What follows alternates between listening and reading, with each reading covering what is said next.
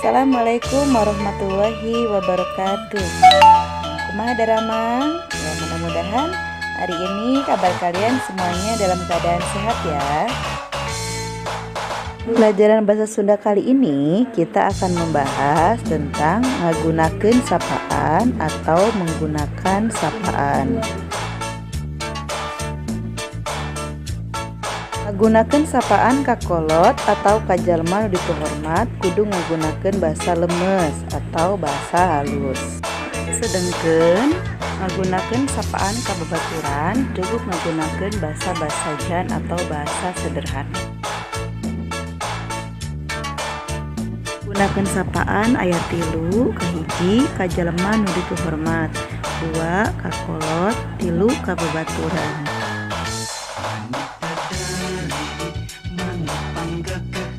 Contoh sapaan kepada orang yang lebih tua atau ka nu dituhormat.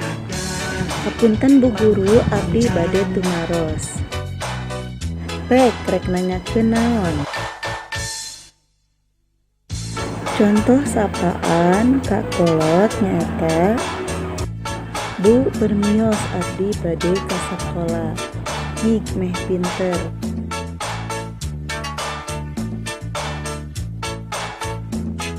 Contoh anu katilu nyaeta sapaan kababaturan. Sita arek ka sakola. Bener, hayu urang bareng. Baiklah anak-anak, sampai sini pembelajaran bahasa Sunda kali ini. Ibu tutup. Wassalamualaikum warahmatullahi wabarakatuh.